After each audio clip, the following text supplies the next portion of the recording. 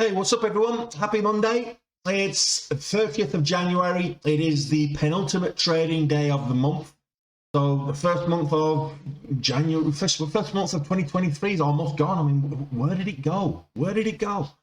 Anyway, welcome back to Day Trade with Tony, the channel that deals with trading the stock market, trading equities, intraday is what we're about here on this channel, and I encourage you to come day trade with Tony. So we do that live every single day for an hour before the market opens and 90 minutes of the first 90 minutes of the regular session. So we stream that live for 2.5 hours every day. Of course, I am trying to trade when there are opportunities to trade elsewhere, and today we were a bit of an idiot. So we got, not only do we, my mantra is get green, stay green, get to gold and get out. Pre-market had a really good trading session pre-market. Not only did we get green, we got to gold, but then we didn't stay green after the bell, and we didn't get out ahead of gold. So I didn't listen to my own mantra, I didn't take my own trading advice. But yeah, so we traded 3 stocks pre-market.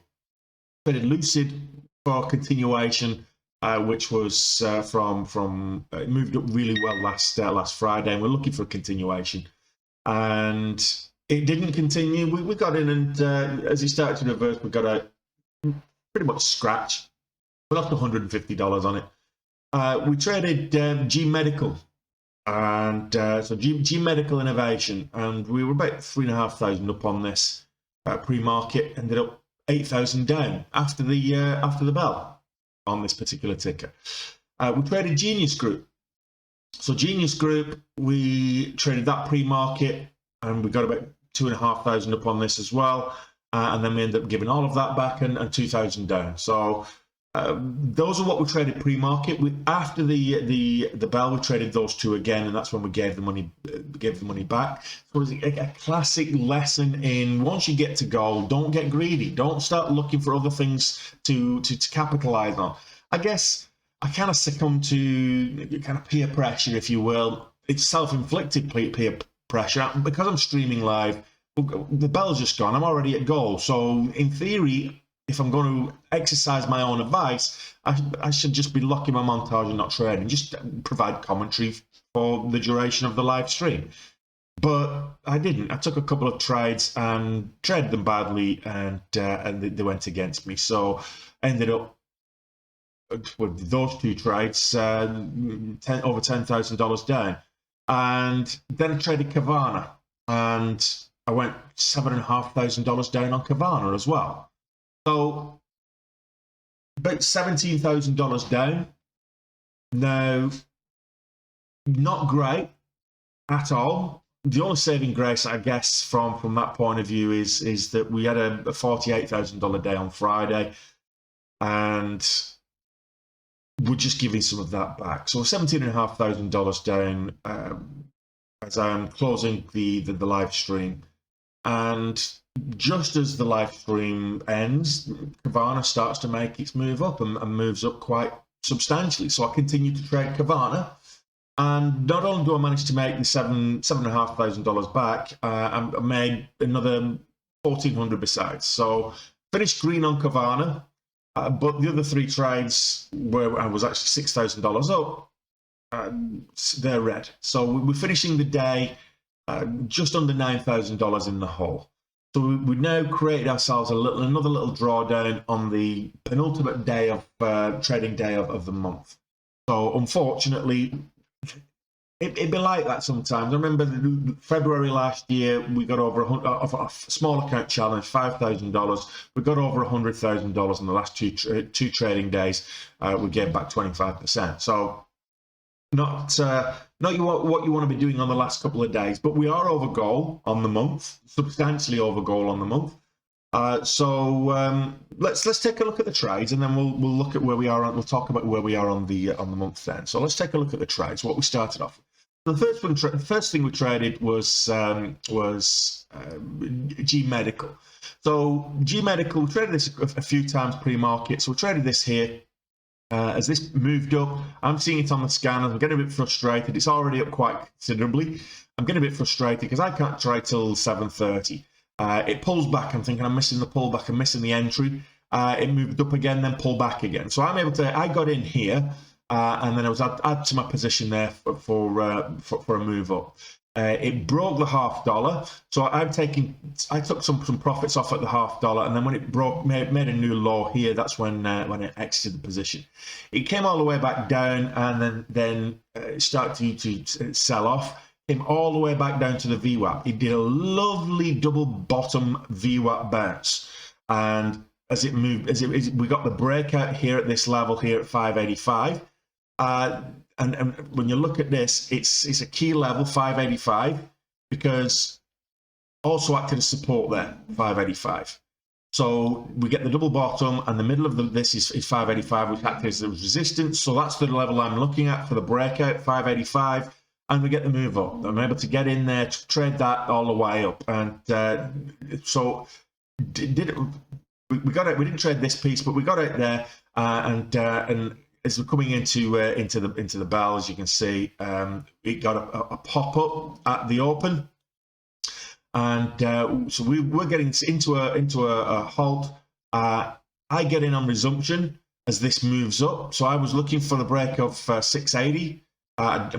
Not thinking about the halt levels when I was watching it. I'm looking for the break of 680. So getting for the break of 680, it actually resumes at 683 or 684. So I get in and it moves up. I wasn't quick enough to take profits, and then it popped back down. And unfortunately, we ended up. So as it came back down, I looked for a bounce on the VWAP here, and as it came back up, added to the position, thinking it's going to broke the 650, and then it came and went into a halt. So I'm now in for 10,000 shares here, and it's halted. And not only does it halt to the downside, it gaps down substantially. So it gapped all the way down to kind of 585. It did move back up, but then when it started to break new lows, I got out. I couldn't trade that any further. I did take another position as it started to make a move up here. And this didn't go my way either. So as this moved up, we got in there for the break of 575. It was previous resistance level. So as it broke 575, it went up to 583. I was looking for at least 10 cents. It pulled back, and as it started to break lows, I got out again. So I lost a little bit more there. So that was G Medical. Now, we did trade pre-market also. So basically, we got green on it pre-market and then gave it back after the bell. And then we did pretty much the same thing with Genius Group. So Genius Group pre-market, we started trading this here. As this moved up, we had this pullback to the VWAP, where the algorithmic trades are. And then that's when we started trading this on the way up. When we managed to take some profits, and as it broke new lows here, that's when we got out. And then we got this huge algorithmic spike. I wasn't trading it when I'd already moved back over to G Medical, but that was the move that we got up there. And it was a good 30-cent move. So it was kind of a good move there. And then we traded this as this moved up into a halt. Sold off at the open, consolidated under the VWAP. Then as it broke the VWAP, we got in, and we got in as it for the break of $6 into a halt. So we managed to get filled there. We initially got some profits and added to the position, and as it pulled back, took some profits. Then we got back in as it went to make new highs. So we got a large entry there, and then it pulled back and we got stopped out. We tried to get back in here as it made new highs, and made a little bit back there. And then up at the top here, we started to trade this, and we got a position up here, and we ended up giving it back on this move down here because we went in big size for the break of $7, and then as it pulled back, we actually lost on that as well. So unfortunately, there's a nice little kind of narrowing pennant there, flag formation. But unfortunately, we finished Trading Genius Group a little about $2,000 down, and we was up and down with this for a little while, but we just couldn't get green with it. So we finished it. We finished trading it there. We did trade Carvana, and Carvana wasn't kind to us to start off with. So at the open, it moved up really nicely, as you can see. We got this flag set up, pull back, and then we got in here as it broke out from this flag. So we got in textbook bull flag setup. So we got in, took some profits. We re-entered here, took some more profits, and then we got in big up at the top here. And we added, as it came back to $10 and then rebroke $10, we added to the position, and it just rejected. And we ended up, as it flushed down here, we was holding through the consolidation for the retest of $10, and then it flushed down hard here, and we didn't have the stop in place. So we got caught with that, and that took us red on Carvana. We then tried to trade it again and thought, okay, we're doing okay on this move up, and that's when we made it all back, and then a bit besides. So we got flushed down here. I've finished the stream here, looking for another entry. Wanted to get this break of 990. You can see that 990 is the key resistance level. Once I was trying to get in above $10. It was 990 was a key resistance level. Here. You can see it on the level 2 as well. So on the break of 990 is when I was able to get in and then ride that up. And we got stopped out here. I went in big size. I was 20,000 shares at one stage, so I was in big size. So and that's why I was able to make that money. But then took profits off up here, and then I had the stop in place for 10,000 shares. And as we broke the lows, I got out there. And then I was looking for more places to trade this, and didn't really get anything for a little while up until later in the day when we got this little pop up again to back above $10. And as this pulled back down towards 10.05, I got in here. I was able to get that move back up to the $0.50, retesting the $0.50, and then it pulled back, and that's when we finished. I was about 600 up before this move, and then I managed to get another $700 on this move up here. So that was Carvana. And that was pretty much how we finished the day, 9,000. But yeah, that's essentially it. That's what we traded, how we traded, and disappointed because we went green and over gold pre-market, and then gave it all back, and then had to play catch up. So we had to go from $17,000 down to $9,000 down. We didn't actually get green, so. It'd be like that sometimes. Unfortunately, not every day is going to be green days. Not every trade is going to be a green trade. But today should have been a profitable day. Today should have been over gold. And I've only myself and greed and poor judgment to blame. A bit of bad luck as well with the halt down on G Medical. But if you play the odds, and you've got to play them in your favour. Unfortunately, I was playing the odds, and I was playing it in the market's favour, so I got burned. And unfortunately, there's not a lot I can do about that. So let's take a look at where that puts us on the month, shall we? Okay, so right here now. So we've had 3 red days now this month. 3 red days. I can tolerate 3 red days across the course of a month. If the rest are green, that's fine. But I would like to put a nice little streak together. The beginning of the month, if we count the back end of December as well, when I was trading in December. We put a nice little streak together. I think we had 11 trading days, 11 green days in a row, and then we came back after Martin Luther King Day, and that was our first red day. Big red day last Monday, another red day this Monday. So we just need to put it to bed, and put it right for the rest of the week. So let's have a look at where we are on the month. We need to be $120,000 to hit goal for the month. Now, based on the fact that we had a $48,000 day on Friday, even with today's drawdown, not only are we over goal, we're substantially over goal on the month. So I just need to be careful tomorrow not to be silly to give back, a big red day.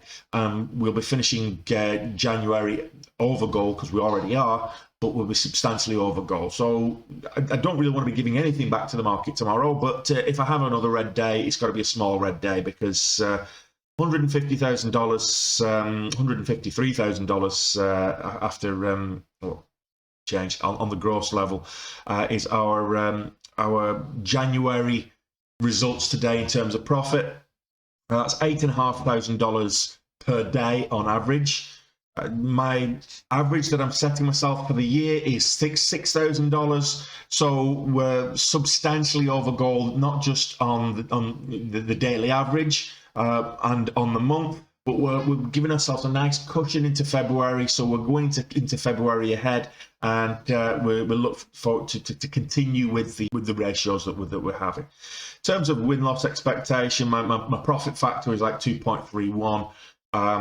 My accuracy in terms of trade selection is still like 2-to-1, even though today it's a 3-to-1 against. I've had 3 losses and 1 winner, whereas on Friday they were all winners. 100% green on Friday. If I look at the 270 versus 116, we're still in a very good position there in terms of the profit versus loss ratios as well. Now we've just got a drawdown to recover from. Last week we recovered from it the next day, so maybe we will, maybe we won't. Hopefully we'll finish the month without a drawdown. If we can have a $9,000 day tomorrow, fantastic. If we can have a $6,000 day, that'll do me. So getting to goal is my priority, and so we're in a very good place right now. I'm happy with January's results regardless. We've had some really good days in January.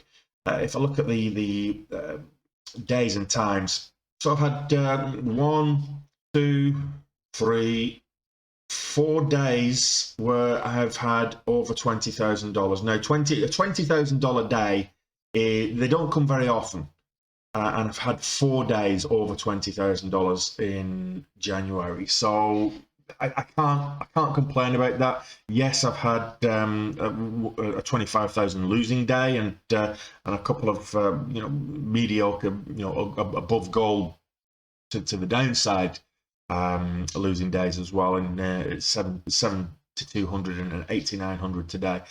So all in all, January's looking good.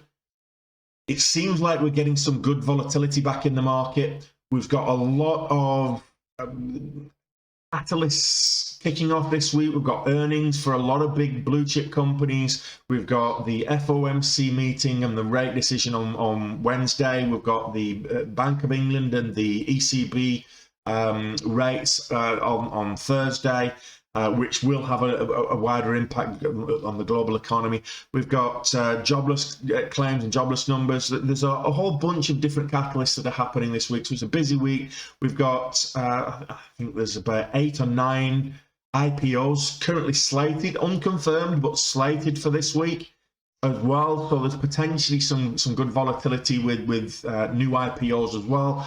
So stay tuned. Come back tomorrow, 1 hour before the market opens, so 60 minutes before the market opens, 8:30 East Coast or New York. It's 1:30 p.m. here in Ireland, 1:30 p.m. in the UK as well.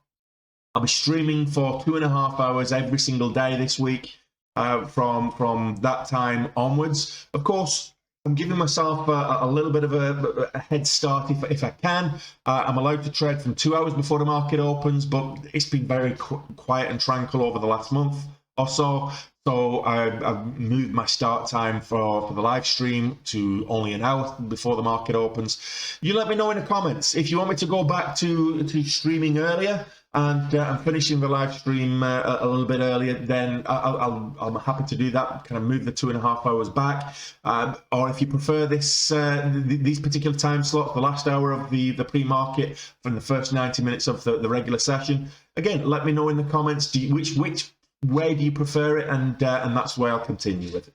So in the meantime, we do it all again tomorrow. Come join me if you've enjoyed this this recap. Give it a thumbs up, and because I really appreciate that. And I hope to see you again tomorrow.